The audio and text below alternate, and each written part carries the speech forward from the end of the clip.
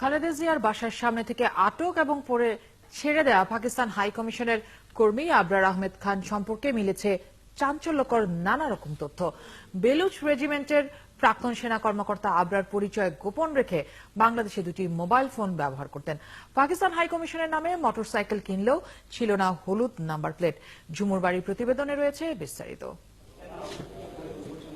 Gulshan avenue থেকে আটক Pakistan হাইকমিশনের staff Abrar Ahmed Khan 2011 সালে অফিসিয়াল ব্লু ভিসায় ঢাকায় আসেন।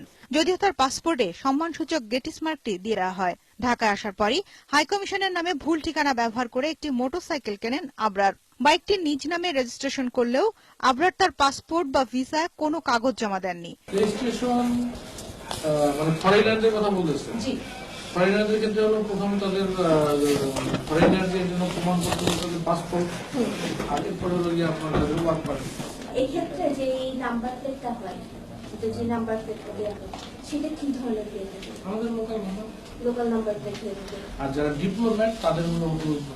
এদিকে আবরার খান নিজে যে দুটি মোবাইল নাম্বার ব্যবহার করেন তার একটিও নিজের নামে কেনা নয়। দুইটি সিমই বশির হাওলাদার ও মিতু নামে দুই বাংলাদেশি নাগরিকের নামে কেনা।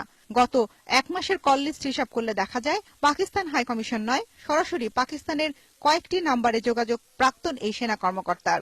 গোয়েন্দা তথ্য বলছে গত 4 মাস ধরেই প্রতিদিন সকাল 9টার পর আবরার খান চলে আসেন খালেদা জিয়ার বাসার সামনে। গোয়েন্দা কর্মকর্তা 31 তারিখ যখন তার পরিচয়পত্র এবং ড্রাইভিং লাইসেন্স দেখতে চান তখন তার কোনোটি দেখাতে পারেননি আবরার খান।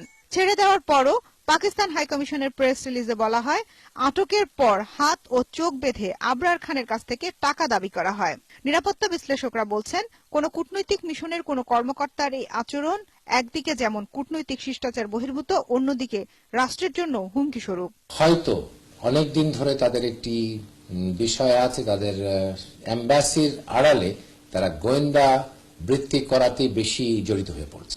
এই স্টাফের কোনো কারণ নেই যে এম্বাসি স্টাফের যে কোনো কারণে একই জায়গায় বারে বারে তাকে ঘোরাঘুরি করতে হবে, যেটি আমাদের পুলিশ বা গোয়েন্দার নজরে এসেছে।